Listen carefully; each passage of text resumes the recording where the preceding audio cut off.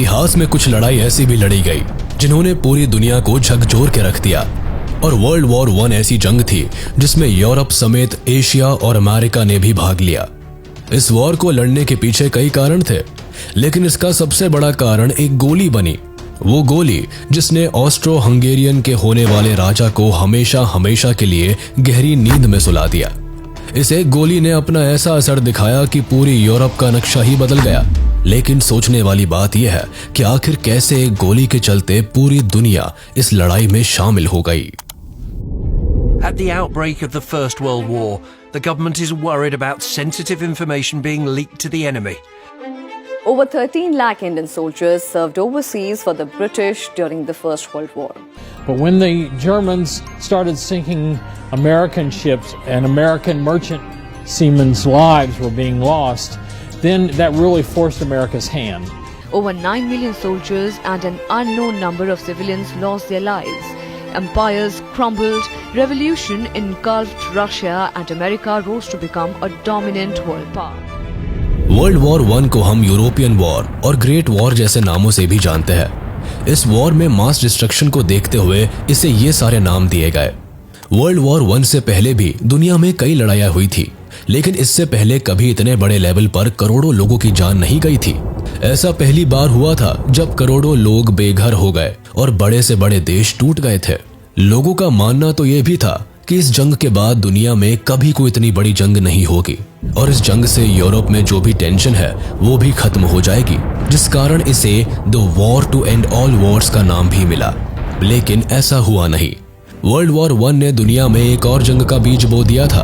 दरअसल world war 1 में ही एक घायल सैनिक को गोली नहीं मारी गई थी, केवल ये सोचकर कि ये पहले ही इतना घायल है, कर भी क्या लेगा। बेशक वो समय कुछ नहीं कर पाया, लेकिन आगे चलकर वही सैनिक द एडोल्फ हिटलर के नाम से जाना गया, जिसने वर्ल्ड वॉर 2 की शुरुआत की। लेकिन सोचने वाली बात यह है कि कैसे इस वॉर में दुनिया 2 भागों में बंटकर एक भयानक जंग करने निकल पड़ी। आखिर कैसे इस लड़ाई के चलते अमेरिका एक सुपर पावर बन गया और आखिर कैसे बड़े से बड़े एम्पायर इस जंग के अंत में बिखरने को मजबूर हो गए। सबसे पहले 1914 के मैप पर नजर डालते हैं, जहां एक तरफ आपको ऑस्ट्रिया हंगरी एम्पायर देखने को मिलेगा, जो एक समय पर इतना बड़ा था कि इसमें आज का Slovenia, Croatia, Bosnia and Herzegovina, Serbia, Romania, Ukraine, Slovakia, the चेक रिपब्लिक जैसे देश आते थे। यहाँ तक कि पोलैंड का कुछ हिस्सा और साथ ही साथ इटली का भी एक प्रोविंस 1918 से पहले इसी एम्पायर का पार्ट था। 1914 में ऑस्ट्रिया हंगरी एम्पायर का राजा, जिसका नाम एम्परर फ्रांस जोसेफ I था, उसने अपनी बढ़ती उम्र के कारण अपने भाई के बड़े बेटे आर्चड्यूक फ्रांस फर्डिनेंड को ऑस्ट्रिया हंगरी का होने वाला राजा घोषित कर दिया, जिसके बाद आर्चड्यूक ने अपने पूरे राज्य का कार्यभार संभालना शुरू कर दिया, जिसके लिए वो अपने देश में जगह जगह जाकर वहां का जायजा लेने लगा। इसी दौरान एक बार प्रिंस फ्रांस फर्डिनेंड और उनकी वाइफ सोफी को ऑस्ट्रिया हंगरी एम्पायर के साउथ में बसे बोस्निया एंड हर्जेगोविना जाना पड़ा। बोस्निया ऑस्ट्रिया हंगरी एम्पायर का पार्ट नहीं था, लेकिन बर्लिन की संधि के कारण ऑस्ट्रिया हंगरी एम्पायर को बोस्निया के राजकाज को संभालने का हक मिला था। ऑस्ट्रिया हंगरी ने इस हक का फायदा उठाया और पूरे बोस्निया एंड हर्जेगोविना को अक्टूबर 1908 में एनेक्स कर लिया। इस जबरदस्ती के राज से बोस्निया के लोगों में काफी गुस्सा था। साथ ही ऑस्ट्रिया हंगरी एम्पायर के उत्तर में बसे सर्बिया कंट्री को भी बोस्निया के एनेक्सेशन से एतराज था, क्योंकि बोस्निया और सर्बिया दोनों ही राज्यों में स्लेविक लोग रहते थे। इसलिए बोस्निया पर ऑस्ट्रिया हंगरी के कब्जे से सर्बिया खुश नहीं था। एनेक्सेशन के बाद से ही बोस्निया में तरह तरह के रेवोल्यूशनरी ग्रुप्स बनने लगे थे। इन ग्रुप्स में से ही एक ग्रुप यंग बोस्निया भी था। इस ग्रुप को ब्लैक हैंड के नाम से भी जाना जाता था, जो अपनी आजादी की डिमांड करते थे।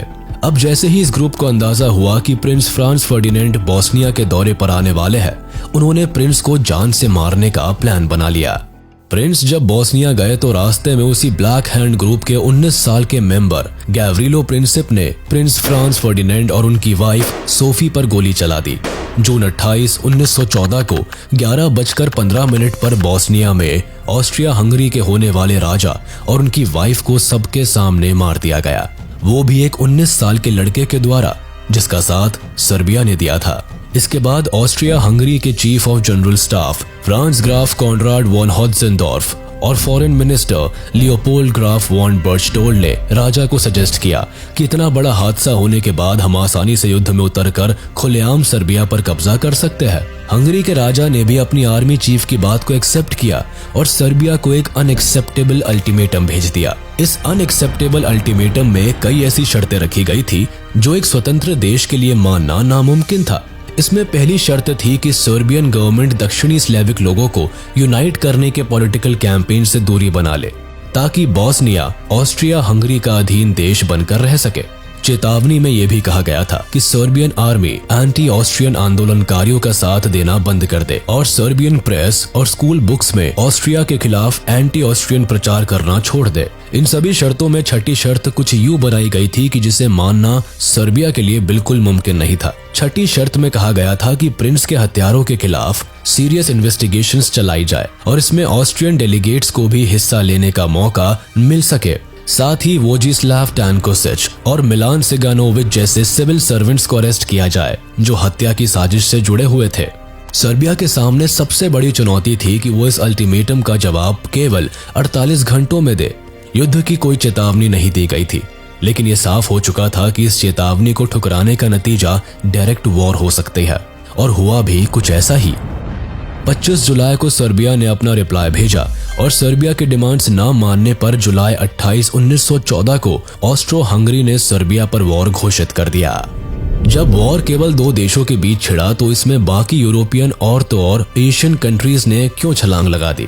1914 का समय वो दौर था जब सारे यूरोपियन कंट्रीज अपनी टेरिटरी को मजबूत कर रहे थे। सभी अपनी मिलिट्री को स्ट्रॉन्ग बनाने में लगे थे। देशों ने युद्ध के लिए पहले से ही तैयारी कर रखी थी, जिसके कारण सभी देशों ने एक दूसरे के साथ अलायंस बनाना शुरू कर दिया था। 1914 तक सभी देशों ने आपस में अलायंस की हुई थी, जिसमें दो अलायंस सबसे अहम थी। पहली ट्रिपल अलायंस जो कि जर्मनी, ऑस्ट्रो हंगरी और इटली के बीच हुई थी। इसके अकॉर्डिंग अगर इन तीनों देशों में से किसी के ऊपर भी कोई और देश हमला करता है तो ये आपस में मिलकर उसके खिलाफ लड़ेंगे। दूसरी संधि थी ट्रिपल एंटेंट। इस अलायंस में रशिया, यूके और फ्रांस शामिल थे। जब वॉर शुरू हुआ तो ऑस्ट्रो हंगरी ने अपनी अलायंस का हवाला देते हुए जर्मनी और इटली का दरवाजा खटखटाया। जर्मनी और ऑस्ट्रिया हंगरी के अच्छे रिलेशंस थे, लेकिन इटली ने जंग में पार्टिसिपेट करने से मना कर दिया। उसने कहा कि अलायंसेस के शर्तों के अनुसार जब तीनों में से किसी एक कंट्री पर कोई दूसरा देश हमला करेगा तो उन्हें एकजुट होकर युद्ध करना है, ना कि खुद दूसरे देश पर हमला करने की कोशिश करनी है। दरअसल इटली के इस क्लियर डिनायल के पीछे एक और कारण था। 1911 में हुए इटालो टर्किश वॉर में इटली ने अपने इन दोनों अलायंस से मदद मांगी थी। दोनों देशों ने उस वक्त सीधे यही कहते मना कर दिया था कि इटली के पर्सनल इंटरेस्ट के वॉर में नहीं, बल्कि अगर कोई इटली पर हमला करे तब हम साथ देंगे। दूसरी ओर सर्बिया पर जब मुसीबत आई तो उन्होंने रशिया से मदद मांगी, लेकिन इसके पहले ही ऑस्ट्रो हंगेरियन और रशिया के बीच ये डील हो चुकी थी कि वो सर्बिया इन्वेजन में एक दूसरे के आड़े नहीं आएंगे। लेकिन तभी रशिया में स्लेविक लोगों ने आंदोलन शुरू कर दिया और अपने सम्राट से मांग किया कि साउथ सर्बिया को इन्वेजन से बचाना पड़ेगा क्योंकि वहां हमारे लोग रहते हैं। इसके बाद रशिया को मजबूरन इस युद्ध में उतरना पड़ा। रशिया का जंग में शामिल होने का एक और राजनीतिक कारण था। दरअसल ओटोमान एम्पायर ऑलरेडी ब्लैक सी पर डोमिनेट कर रहा था। ऐसे में सर्बिया के एनेक्सेशन के बाद ओटोमान एम्पायर पूरी तरह से ब्लैक सी पर कब्जा कर लेता। वहीं दूसरी ओर रशिया का सारा एक्सपोर्ट ट्रांसपोर्ट सर्बिया स्ट्रेट के रास्ते ब्लैक सी से होता था। ऐसे में रशिया का युद्ध में उतरना इकोनॉमिकल पर्सपेक्टिव से भी जरूरी हो गया। इसीलिए जब जंग में रशिया शामिल हुआ तो ट्रिपल एंटेंट के तहत उसने यूके और फ्रांस से मदद मांगी। लेकिन यूके का मानना था कि ये वॉर रशिया की है और ये उसे खुद ही लड़नी चाहिए। वो खुद युद्ध में पार्टिसिपेट नहीं करना चाहता था। वहीं फ्रांस ने भी चुप्पी साध रखी थी।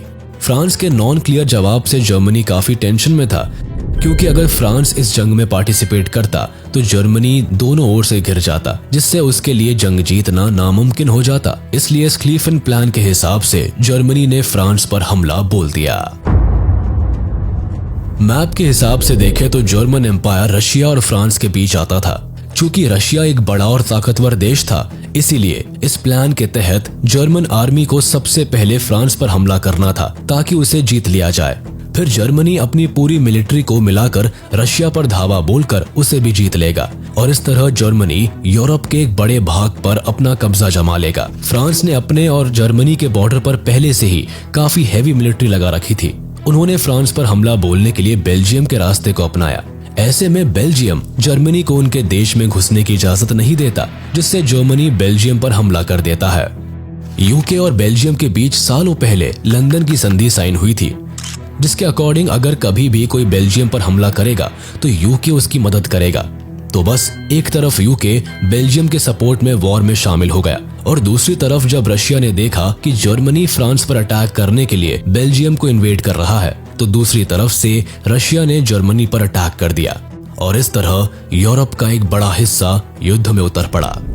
वर्ल्ड वॉर 1 में 2 ग्रुप्स आपस में लड़ रहे थे, जिसमें एक तरफ जर्मनी, ऑस्ट्रिया हंगरी और ओटोमन एम्पायर थे, तो दूसरी ओर यूके, फ्रांस, इटली, रशिया और सर्बिया थे। इस वॉर में बाद में अमेरिका और जापान भी शामिल हुए। उस समय यूके दुनिया में लगभग 25% जगह को अकेले अपने कब्जे में लेकर बैठा था, जिस कारण यूके और जर्मनी की टेरिटरीज और कॉलोनीज ने भी इस वॉर में पार्टिसिपेट किया, जिसमें New Zealand, South Africa, Rhodesia, Romania, Greece, Belgium, Canada, Serbia, Portugal, Montenegro और पोलैंड जैसे देश शामिल थे।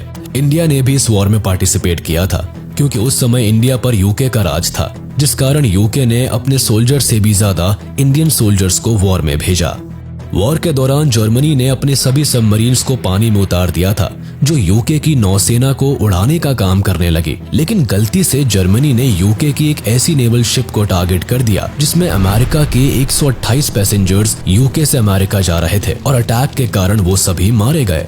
जर्मनी ने अमेरिका से इस बात के लिए माफी भी मांगी थी, लेकिन उसका कोई फायदा नहीं हुआ और इसके बाद अब वॉर में अमेरिका भी शामिल था। पहले तो जर्मनी काफी स्ट्रांग देखा गया, फ्रांस में तो ये पेरिस तक पहुंच भी गए थे, लेकिन यूके और अमेरिकी सैनिकों ने वहां जर्मनी की आर्मी को खदेड़ दिया।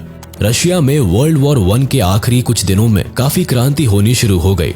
रशिया में उसी दौरान अक्टूबर रेवोल्यूशन भी देखा गया था, जहां लेनिन ने रशिया की सत्ता को अपने हाथ में ले लिया और वॉर से बैकआउट कर लिया। इस बैकआउट के लिए लेनिन ने जर्मनी के साथ एक ट्रीटी भी साइन की थी, जिसके बाद रशिया ने वॉर से एग्जिट कर लिया। वहीं जर्मनी की भी वॉर के एंड तक काफी हालत खराब हो गई थी। जर्मनी के लोग अपने ही देश में एक दूसरे के खिलाफ लड़ने लगे थे, जिसके कारण जर्मनी काफी कमजोर होता चला गया और आखिरी में जर्मनी ने आत्मसमर्पण कर दिया। जर्मनी ने 11 नवंबर 1918 को अपने हथियार डाल दिए और वर्ल्ड वॉर 1 का अंत हुआ।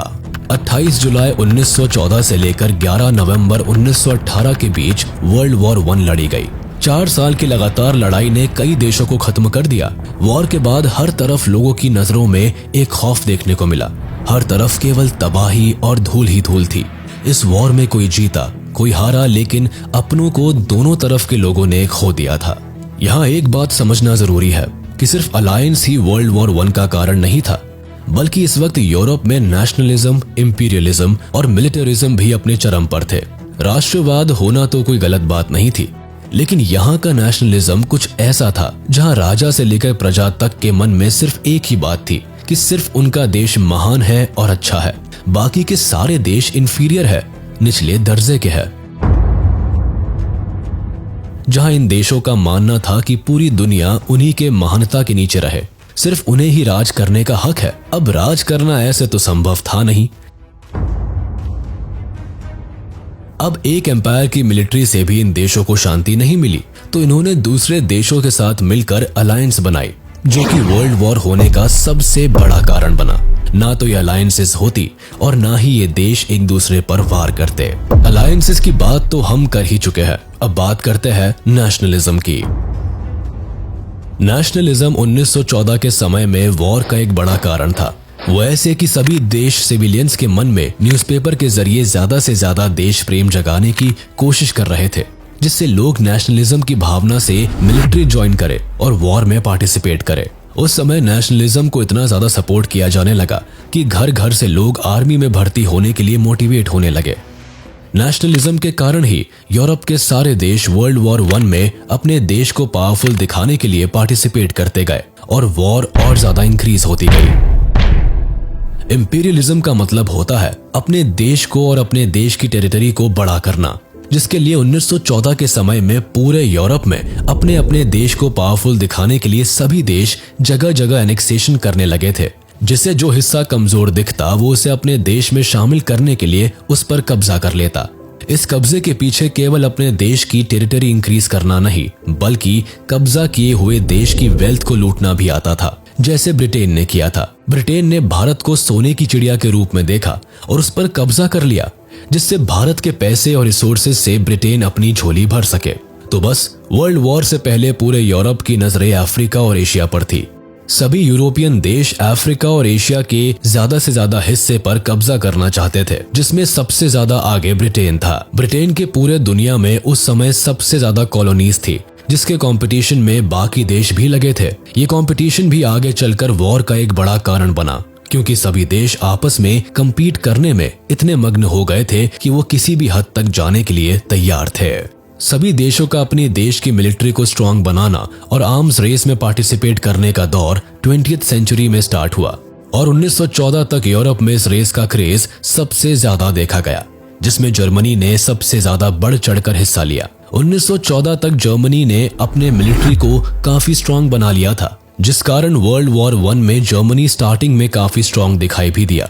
लेकिन ग्रेट ब्रिटेन ने भी जर्मनी की तरह अपनी मिलिट्री पर ज्यादा पैसा खर्च किया, लोगों को आर्मी में जाने के लिए मोटिवेट किया और अपने वॉर इक्विपमेंट्स में भी सुधार किए, जिससे ब्रिटेन जर्मनी से मुकाबला करने से एक बार भी नहीं कतराया। यही नहीं, 1914 तक जर्मनी और ग्रेट ब्रिटेन केवल यही दो देश थे जिनका आर्मी के साथ साथ नेवी पर भी अच्छा कंट्रोल था, जिस कारण वॉर के दौरान दोनों देशों ने जमीन से लेकर पानी पर भी लड़ाई लड़ी थी। इस सब के अलावा भी सिटीजन्स का इन सभी देशों की सरकारों ने ऐसा ब्रेन वॉश किया था कि वो वॉर और मिलिट्री को ही ताकतवर होने की पहचान मानने लगे। ज्यादा से ज्यादा लोगों को आर्मी में शामिल होने के लिए ट्रेनिंग दी जाने लगी, जिससे सभी देश एक दूसरे को देखकर अपने अपने देश की मिलिट्री को बड़ा करने लगे और वॉर को एकमात्र सॉल्यूशन समझने लगे। वर्ल्ड वॉर 1 के कारण सभी देश फाइनेंशियल तौर पर बुरी तरह से बिखर गए थे।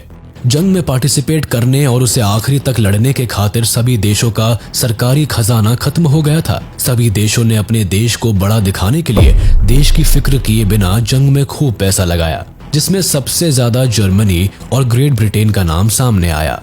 वॉर के समय सभी देशों पर लोन की भी बड़ी परेशानी थी, जिसके कारण मनी प्रिंटिंग जैसे केस भी सामने आने लगे, जिससे ये गरीबी की दलदल में फंसते चले गए। कुल मिलाकर फर्स्ट वर्ल्ड वॉर के बाद सभी देशों में गजब का इन्फ्लेशन रेट देखा गया, जिससे उस समय की इकोनॉमी पर काफी फर्क पड़ा। वर्ल्ड वॉर 1 के एंड ने पूरी 4 मोनार्कीज को भी हमेशा के लिए खत्म कर दिया था, जिसमें रूस के जार निकोलस सेकंड, जर्मनी के कैसर विल्हेम सेकंड, ऑस्ट्रिया के सम्राट चार्ल्स और ओटोमन साम्राज्य के सुल्तान आते थे। इन सभी सत्ताधारियों से इनका देश छीन लिया गया और कई नए देश बनाए गए, जिसमें ऑस्ट्रिया हंगरी तो अपना एक अलग देश ही बनकर रहा, लेकिन जो देश मिडिल ईस्ट में आते थे वो सभी ग्रेट ब्रिटेन और फ्रांस के बीच बांट दिए गए।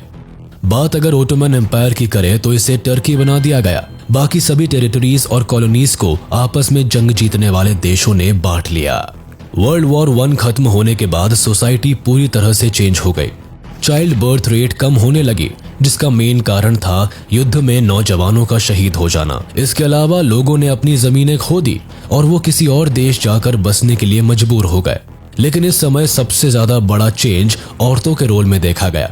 जैसे वॉर के दौरान औरतों का काफी मेजर रोल रहा, क्योंकि वॉर में सभी पुरुष और यंग लोग जाने लगे थे, तो ऑफिस वर्क और बाकी कामकाज करने के लिए लोगों की कमी होने लगी, जिसके कारण स्त्रियों ने वॉर के दौरान मर्दों की जगह लेकर फैक्ट्रीज और ऑफिसेज में काम करना शुरू कर दिया। यही नहीं, कई देशों ने तो वॉर के बाद औरतों को ज्यादा राइट्स देने शुरू कर दिए, जिससे अनेक जीवन स्तर में काफी बदलाव देखने को मिला। उस समय सबसे ज्यादा चर्चा वोटिंग राइट्स की हुई थी, जो स्त्रियों को जंग खत्म होने के बाद पहली बार दिया गया था। इसके अलावा सोसाइटी के एलीट और अपर क्लास लोगों ने अपना दर्जा खो दिया था। वॉर के बाद middle, young and lower class main and women ने अपने देश को बनाने में सबसे ज्यादा काम किया था। वर्ल्ड वॉर 1 दुनिया का पहला ऐसा युद्ध था जिसमें करीब 20 मिलियन लोग मारे गए और 21 मिलियन लोग घायल हुए थे। मारे गए लोगों में लगभग 9.7 मिलियन सेना के लोग और 10 मिलियन आम नागरिक शामिल थे। वर्ल्ड वॉर 1 के बाद बेरोजगारी और फेमाइन जैसे स्थितियों ने लोगों का जीना मुश्किल कर दिया था। वर्ल्ड वॉर 1 ने न केवल यूरोप में बल्कि पूरी दुनिया में अपनी एक अलग छाप छोड़ी। इस वॉर के एंड में कई ट्रीटीज भी साइन हुई, जिसमें पेरिस संधि, treaty of Saint Germain, treaty of Trianon, treaty of Neuilly, treaty of Sevres और ट्रीटी ऑफ वर्साय थी। हालांकि ये ट्रीटीज इतनी ज्यादा ह्यूमिलेटिंग और एक तरफा थी जिसने वर्ल्ड वॉर 2 के बीज भी बो दिए। 1914 में इंडिया उन दिनों ब्रिटिश कॉलोनी थी। हमारे ऊपर ब्रिटेन का शासन था, लेकिन अंग्रेजों के अत्याचारों के खिलाफ अब यहाँ भी रेवोल्यूशन होने लगे थे। 1915 में महात्मा गांधी के भारत वापसी के बाद स्वतंत्रता के आंदोलन और ज्यादा बढ़ गए थे। इन्हीं दिनों ब्रिटिश के युद्ध में उतरने के फैसले से भारत पर भी असर पड़ा। उन्होंने लगभग 15 लाख भारतीय सैनिकों को युद्ध में उतार दिया। हमारे सैनिकों ने इस युद्ध में एलाइड पावर के तरफ से युद्ध किया। जहां अंग्रेजी सेना यूरोप के थोड़े आसान युद्ध के मैदानों में और बेसिस में लड़ रही थी, वहीं हमारे सैनिकों को ज्यादातर अफ्रीका और मिडिल ईस्ट कंट्रीज में भेजा गया। भारतीय आंदोलनकारियों को लग रहा था कि शायद वर्ल्ड वॉर 1 में कोऑपरेट करने से अंग्रेज हमें इंडिपेंडेंट कंट्री बनाने देंगे, लेकिन ऐसा कुछ नहीं हुआ। वर्ल्ड वॉर के अंत में हमारे लगभग 1,20,000 सैनिक या तो घायल थे, शहीद हो चुके थे या अब वो मिसिंग थे। बस 30,000 के आसपास ही सुरक्षित सैनिक भारत लौटे। उल्टे हमारे यहाँ रॉलेट एक्ट और जलियांवाला बाग हत्याकांड जैसे काम हुए, जिससे फ्रीडम रेवोल्यूशंस और तेज हुए। वर्ल्ड वॉर 1 में लगभग 70,000 सैनिक शहीद हुए और कभी भारत नहीं लौट पाए। शहीदों के सम्मान में ही अंग्रेजी सरकार ने तब दिल्ली में ऑल इंडिया वॉर मेमोरियल बनवाया, जिसे आज हम इंडिया गेट के नाम से जानते हैं। हमें उम्मीद है कि आपको हमारा ये वीडियो पसंद आया होगा। आगे हम और भी ऐसे ही इंफॉर्मेटिव वीडियोस आपके लिए लाते रहेंगे। तब तक के लिए हमारा वीडियो लाइक कर दे और ऐसे ही इंटरेस्टिंग वीडियोस के लिए इसे सब्सक्राइब कर ले।